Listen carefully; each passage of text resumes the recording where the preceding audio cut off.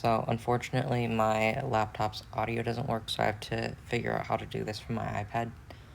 So I'm hoping that's okay. So this is my lab report for EDF3151. The theory I used was information processing theory.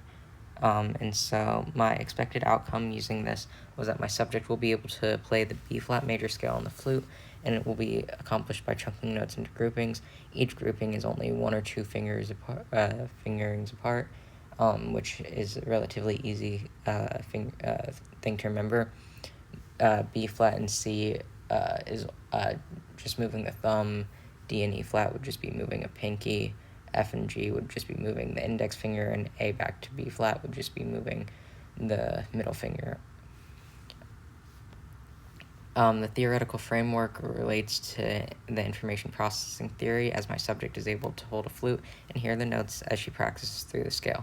Learning each note, while learning each note, the note and fingering goes into her working memory, and if she learns the fingerings from the chart that is provided, she is also going to be allowed to finger through the notes. As she practiced, the notes went into her long-term memory, and whenever she practiced throughout the week, the notes would be recalled and pulled from her long-term memory back into her short-term or working memory. This is so that when I tested her, she would be able to recall each fingering and note. My sample was a 19-year-old female. She's a monitor tech, and she's also a bass trombonist and a freshman music education major at the University of Florida. And this means that she does have a history on how how music works and how each scale is made and what each scale is supposed to sound like.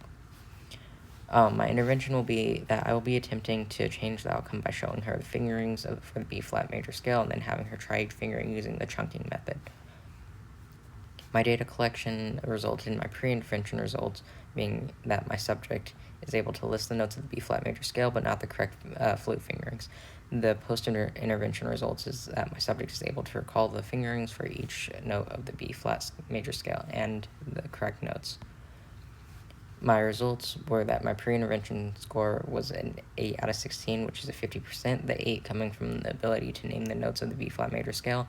My post-intervention results was a 16 out of 16, which would be 100%, as my subject was able to identify both the notes and fingerings.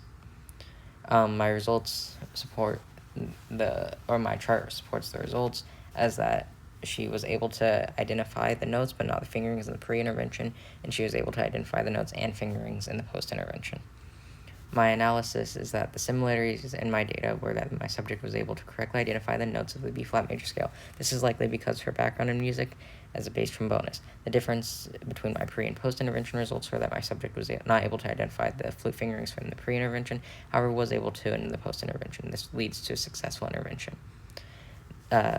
My results connect to the information processing theory because using the chunking method and reviewing each flute fingering each day, my subject was able to learn, remember, and recall the correct flute fingerings needed to play the B-flat major scale.